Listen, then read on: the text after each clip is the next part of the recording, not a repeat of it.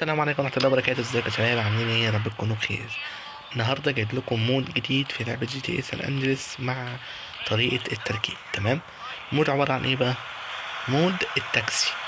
حلو الكلام. هنستعرض المود مع بعضينا وبعد كده هنروح على طريقة التركيب. كل اللي انت محتاجه يكون في تاكسي معدي ولا حاجة، فاحنا خلينا كده ندور على تاكسي. اهو لقينا تاكسي. انتوا متخيلين انا رحت فين عشان الاقي تاكسي؟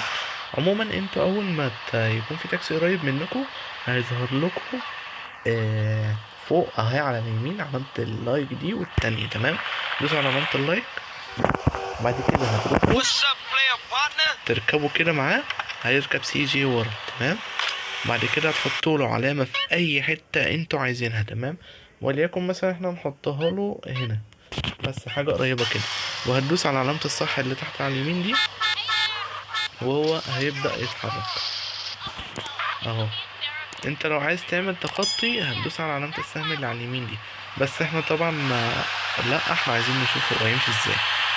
او في تحت ما بين علامتين ضرب النار دول علامة سهم كده عشان تزيد السرعة اهو. بص، هو بيمشي مخالف وبيمشي بسرعة وبيخبط بس هيوصلك اهو. وصل هنا كده وقف، هتقوم انت نازل اهو بس كده. بص انا عايزك تشوف في جي بيشاور له ازاي. بص بيشاور له ازاي اهو بتركب. بس ده مش تاكسي، احنا قلت اجرب بس كده يا شباب. ده كان فيديو النهارده. ما تنسوش لايك والاشتراك في القناه وتفعيل زر الجرس عشان يوصلك كل جديد.